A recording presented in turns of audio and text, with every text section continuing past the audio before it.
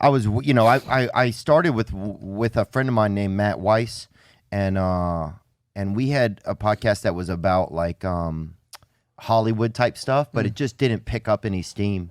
And we had really neat guests and stuff. It was like on TMZ all the time, but it wasn't like my heart just wasn't in it. And then I walked out of Joe Rogan's one time, and I was like, oh, I want to do something more like this. I want to talk about just whatever I want to think about. Yeah, which is, And that's what I started doing then. And then I just started at home, and now I'm lucky, man. It's a fun space now, and you get to have your people come on you want to share time with. it really is. It really is fun. There's a lot of freedom to do what you want and say what you want.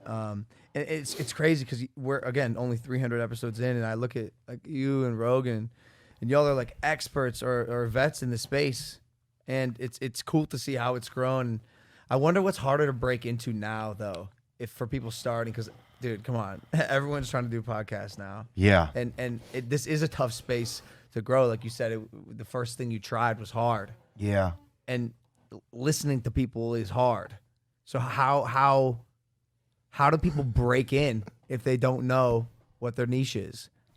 Yeah, I think sometimes just trying to share what's going on with you. I think there's too much material in a space where you can't help but imitate it.